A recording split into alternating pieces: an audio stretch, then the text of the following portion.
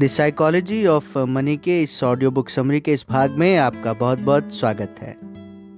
देखिए, कभी कभी जब अमीर इंसान भी मूर्खता भरे काम कर देते हैं तो हैरानी होती है। शेल्टर आइलैंड पर एक अरबपति द्वारा दी गई पार्टी में कर्ट नामक आदमी ने अपने साथी जोसेफ से कहा कि उनके मेजबान, जो कि एक फाइनेंशियल फंड का मैनेजर था, उसने एक ही दिन में इतने पैसे कमाए हैं जितने जोसेफ ने अपनी लोकप्रिय किताब की रॉयल्टी से पूरी उम्र में नहीं कमाए होंगे। जोसेफ ने इस पर कहा कि हाँ, लेकिन मेरे पास वो है जो उसके पास भी नहीं होगा। क्या? तो उसने उत्तर दिया, इनफ। जी हाँ, ये शब्द जितना सुनने में सरल साधारण सा लगता है उतना ही गहरा महत्व रखता है। इनफ। किसी व्यक्ति की पूरे एक साल की कमाई किसी दूसरे व्यक्ति की सिर्फ एक दिन की कमाई हो सकती है। बात तो आत्मसंतुष्टि की है। इस दौड़ का कहीं कोई अंत नहीं, लेकिन पैसे के प्रति लालच और पाने की भूख इंसान से मूर्खता भरे काम करवाती है।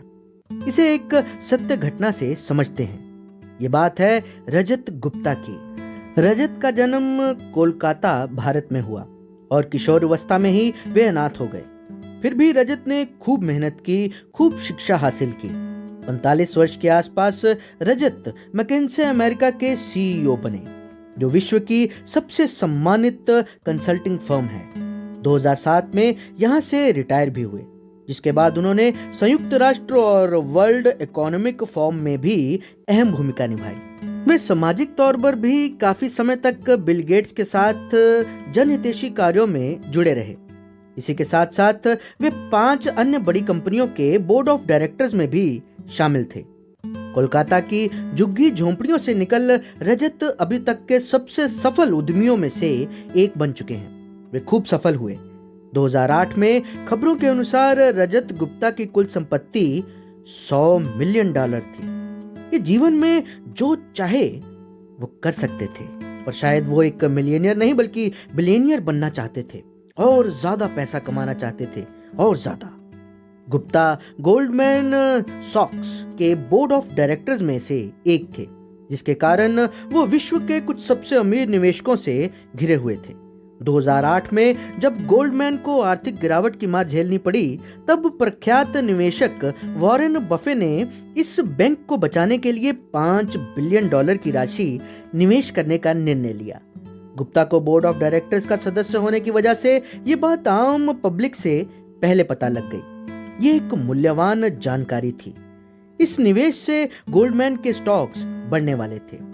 इस मीटिंग के तुरंत बाद गुप्ता ने अपने एक जानकार राज रत्नम, जो कि एक इन्वेस्टमेंट फंड हाउस से जुड़ा था, को गोल्डमैन के 1,75,000 शेयर खरीदने के लिए कहा। हालांकि ये कॉल कभी रिकॉर्ड नहीं की गई, लेकिन कुछ घंटों बाद जनता के सामने बफे गोल्डमैन सौदे की घोषणा हुई। गोल्डमैन के स्टॉक्स में उछाल आ गया। राज रत्नम ने तुरंत कई $1 मिलियन कमा लिए। गुप्ता को भी इस भीतरी कमाई से कई $1 मिलियन की कमाई रातों रात हो गई। ये पैसा कमाने का आसान तरीका जो था, पर उनकी ये हरकत पकड़ में आ गई। दोनों को इस भीतरी लेन देन के जुर्म में जेल जाना पड़ा। रजत गुप्ता का करियर और मान, इज्जत, रुतबा सब कुछ एक ही झटके में मिट्टी में मिल गया। हमें यहाँ ये समझने की जरूरत है दोस्तों कि एक इंसान जो पहले से ही मिलेनियर है, उस मुकाम पर है जहाँ करोड़ों में कोई एक व्यक्ति शायद ही पहुंचे, फिर भी वो इंसान और पाने की भूख में, लालच में, हवस में जी रहा है। वर्षों से कमाई अपनी प्रतिष्ठा को भी दांव पर लगाने के लिए तैयार हो जाए, ये कैसे मुमकिन है? सामाजिक दिखावे और तुलना की छत इतनी ऊंची है कि कोई इसे छू नहीं पाएगा।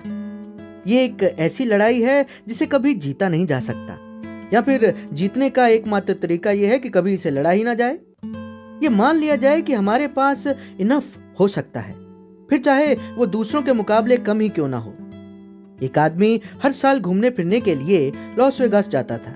एक दिन उसके पास उसका एक दोस्त आया और उसने पूछा, तुम वहां के कैसीनो यानी जुआ घरों में कौन सा खेल खेलते हो? इस पर पहले वाले इंसान ने बड़ी गंभीरता से उत्तर दिया कि लास वेगास के कैसीनो में जीतने का सिर्फ एक ही तरीका है दोस्त, वो है कि जैसे ही आप कैसीनो के अंदर जाएं, फौरन बाहर निकल जाएं। यह मजेदार था। ठीक इसी तरह से दूसरों की संपत्ति से तुलना करने का खेल भी काम करता है। जेल से रिहा होने पर रजत गुप्ता ने द न्यूयॉर्क टाइम्स को बताया कि उन्होंने इस सारे घटनाक्रम से एक जरूरी सीख पाई है। वो ये है कि कभी भी किसी चीज से हद से ज्यादा ना जुड़ो, चाहे वो आपकी प्रतिष्ठा हो, आपका मान सम्मान हो या आपकी उपलब्धियां हो या इनमें से कुछ भी हो। मैं अब इस बारे में सोचता हूं कि इससे क्या फर्क पड़ता है। ठीक है, जो हुआ उसने मेरी प्रतिष्ठा मिट्टी में मिला दी, पर ये तभी तकलीफ देगा अगर मैं इससे भी जुड़ा हुआ या लगाव महसूस रखूं। मैं हैरान था दोस्तों कि गुप्ता ने ये बात कैसे कह दी। ये शायद उनका खुद को तसल्ली देने के लिए बहाना है जो बुरी तरह से अपनी खोई साख वापस चाहता है, लेकिन अब वो जा चुकी है। आपको क्या लगता है? प्रतिष्ठा का कोई मोल नहीं। प्रतिष्ठा बहुत कीमती है, परिवार और दोस्त बहुत कीमती हैं, खुशी कीमती है, और इनके लिए अपने चरित्र को दांव पर लगाना शायद जीवन की बहुत बड़ी गलती होगी। मेरे लिए तो होगी, और हर उस शख्स के लिए होगी जिसे इन सब की वैल्यू का एहसास है। और रजत गुप्ता के पास इनफ का सेंस नहीं था।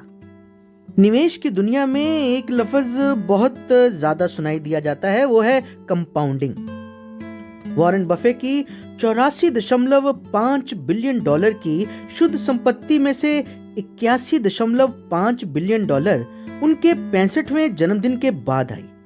क्या हमारे आपके दिमाग ये आंकड़े झेल पाएंगे? और उनमें से भी ऊपर इतने सालों तक निरंतर निवेश, इतना सब्र, इतना डिसिप्लिन हम कहां से लाएंगे? वॉरेन ने अपनी संपत्ति कैसे बनाई, इस पर लगभग 2000 से अधिक किताबें होंगी। उनमें से कई बेहतरीन हैं। बहुत कम लेखक इस रहस्य से पर्दा उठा पाए कि वॉरेन बफे ने ये संपत्ति कैसे बनाई। वॉरेन की संपत्ति सिर्फ उनके अच्छा निवेशक होने के कारण नहीं, बल्कि लगभग बचपन से ही अच्छा निवेशक होने के कारण है। वॉरेन एक असाधारण निवेशक हैं। उन्होंने 10 वर्ष की उम्र से गंभीर रूप से निवेश शुरू किया था। 30 की उम्र तक उनकी शुद्ध संपत्ति लगभग $1 मिलियन थी। उस समय आप सोचिए, उस समय $1 मिलियन की क्या वैल्यू होगी। फिर भी वे रुके नहीं, उन्होंने अपना निवेश जारी रखा।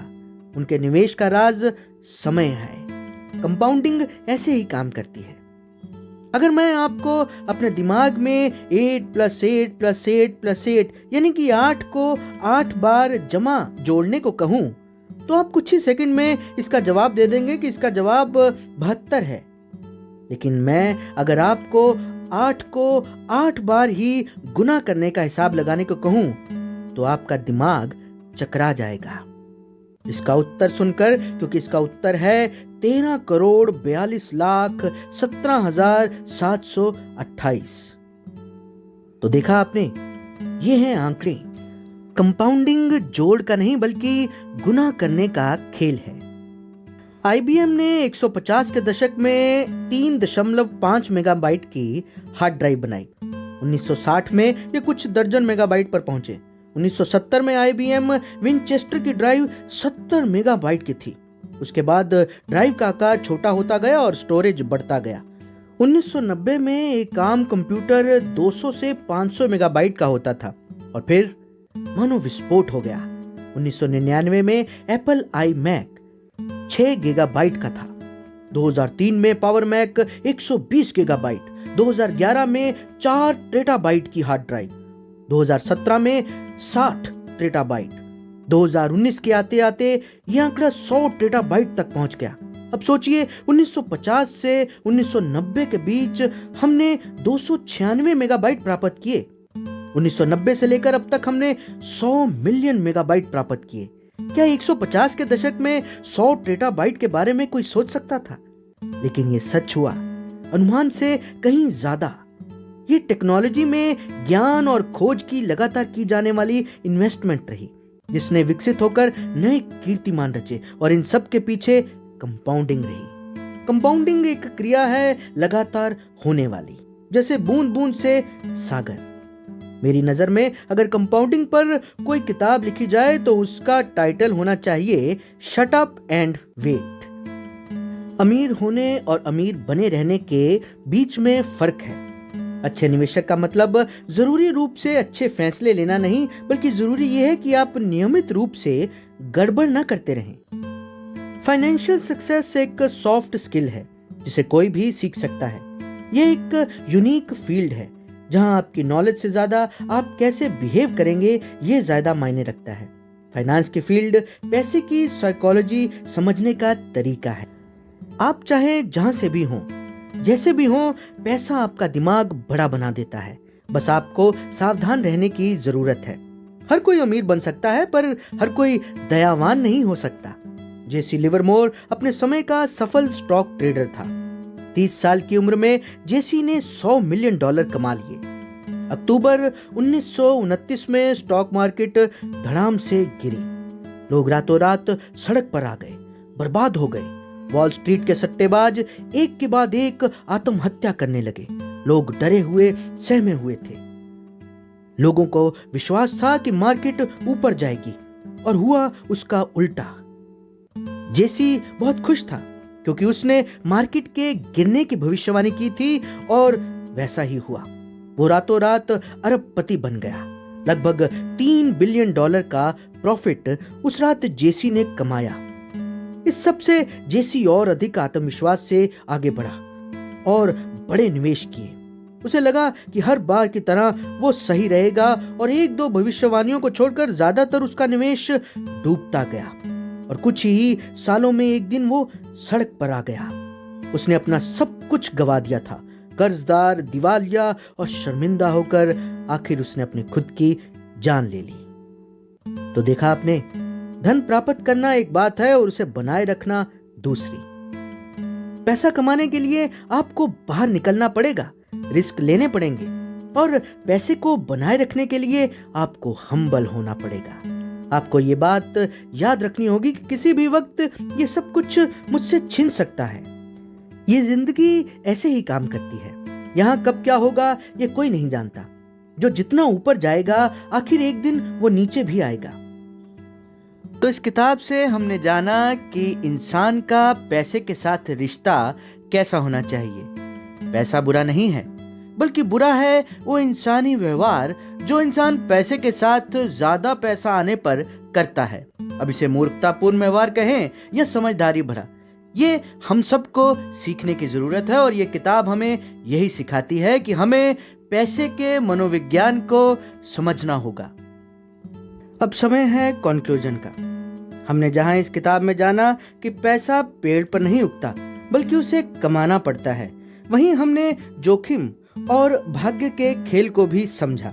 हमने निवेश में कंपाउंडिंग की ताकत को जाना। किसी भी प्लान का सबसे बड़ा और महत्वपूर्ण हिस्सा तब के लिए प्लान बनाना है जब आपका वो प्लान काम ना करे। लॉन्ग टर्म यानी कि दीर्घकालिक योजना जितनी प्रतीत होती है उससे अधिक कठिन होती है, क्योंकि समय के साथ लोगों के टारगेट्स और कामनाएं बदल जाती हैं। कंपाउंडिंग तब सबसे अच्छे से काम करती है जब आप किसी योजना को विकसित होने के लिए वर्षों तक या दशकों तक समय देते हैं। ये सिर्फ बचत के लिए नहीं बल्कि करियर और रिश्तों के लिए भी उतना ही सच है। सहनशीलता ही सही मायनों में वो छुपा हुआ रहस्य है जो कंपाउंडिंग, रिश्तों और निवेश में कामयाब रहा है। कुछ भी मुफ्त नहीं होता, हर चीज का एक मूल्य होता है। कुछ अच्छा होने पर हमेशा विनम्र रहना और खराब होने पर क्षमा और खुद की गलती को मानना, हमने ये भी जाना। और हमेशा हम्बल रहने का जितना हो सके उतना प्रयास करना, हमने ये भी समझा। निवेश के मामले में सब्र से काम लें, दिखावे से दूर रहें। परिवर्तन संसार का नियम है और यह नियम निवेश पर भी लागू होता है। और इतिहास बस एक के बाद एक घटती घटना का नाम है। और ये किताब हमें ये सिखाती है कि पैसे को मैनेज करने का संबंध इससे नहीं है कि हम पैसे के बारे में क्या जानते हैं, बल्कि इसका सीधा सीधा संबंध हमारे आचरण, हमारे व्यवहार से है। और व्यवहार सिखाना कठिन काम है, उन्हें भी जो होशियार हैं। देखिए, इस बात में कोई दो राय नहीं कि पैसा मेहनत से कमाया जाता है, पर इसे कमाने में किस्मत का भी बड़ा हाथ है। एक बात याद रखें, सक्सेस सारी उम्र साथ नहीं रहेगा। जीवन में सफलता और असफलता साथ साथ हैं।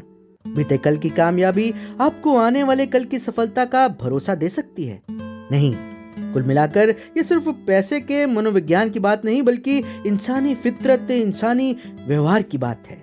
और पैसे की साइकोलॉजी हमें यही समझाती है।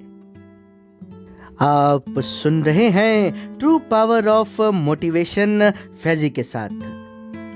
आपको ये ऑडियो बुक समरी कैसी लगी हमें कमेंट सेक्शन में जरूर बताइएगा। हमारे चैनल के लिए कोई सुझाव हो, कोई राय हो तो वो भी आप हमें लिख सकते हैं। हमें आपके सुझावों का इंतजार रहेगा। धन्यवाद। शब बखैर।